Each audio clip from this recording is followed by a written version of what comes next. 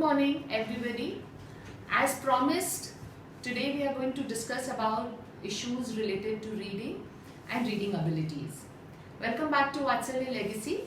So what am I doing this? I've made some flashcards of all the sounds.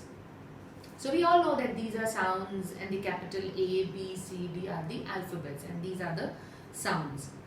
So when you talk about reading or when you want to teach reading, the first thing when a child starts reading should be clear to him or her is about the sounds, that how the sound comes to me when I hear an alphabet.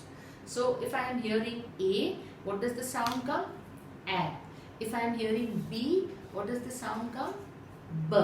So how am I going to introduce this to somebody who is already in class 2 but facing difficulties to not read fluently?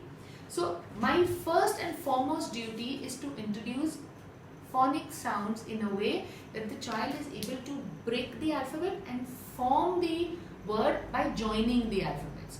So understand one thing: breaking, joining and sequencing. All three has to come together. Right? So first we will see how to teach. So suppose I want to teach the alphabet B and B. So first you can use a slate, you can use paper, pen, whatever you like. I have a slate with me, so I am using a slate. It's more comfortable, you erase it and then you can reuse it. So I write a B, I write the sound B and I show the sound B. And the third most important step is to make the child feel the sound. That is B, bat. How does the bat look like? Have you ever played with a bat? Have you heard about somebody who is a bat and can fly? Ball. What shape is the ball? How does a ball look like? Balloon. How does a balloon look like?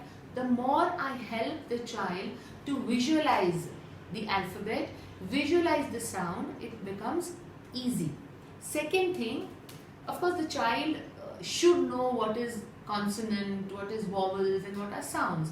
So a very simple activity you can do is, I have a diary wherein I have made all the consonants in both the diaries, and these from here I am going to use the vowels. So I'm going to keep it like this so you all can understand. So this is a consonant and this is a consonant, and I'm going to put a vowel. Let me take a A. Right? Now I am helping the child, in fact asking the child, not helping the child, to make words using two consonants on the right and the left and a vowel in between. So now let the child understand, is this a word? B, A, B. Is it a word?